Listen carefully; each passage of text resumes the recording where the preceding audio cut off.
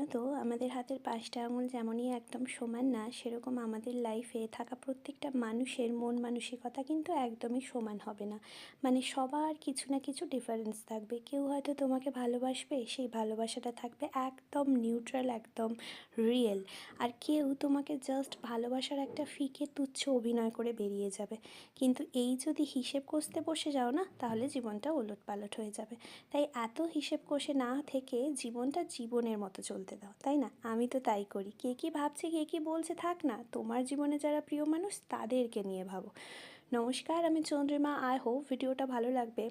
অষ্টমীর দিন সন্ধ্যেতে সেই সপ্তমীর দিন সন্ধ্যের মতো বৃষ্টিকে আমরা আর আটকাতে পারলাম না, জানো তো। ওই দিন না সন্ধ্যেতে মোটামুটি টোটাল টাইমটাই বৃষ্টির মধ্য দিয়ে কেটেছে।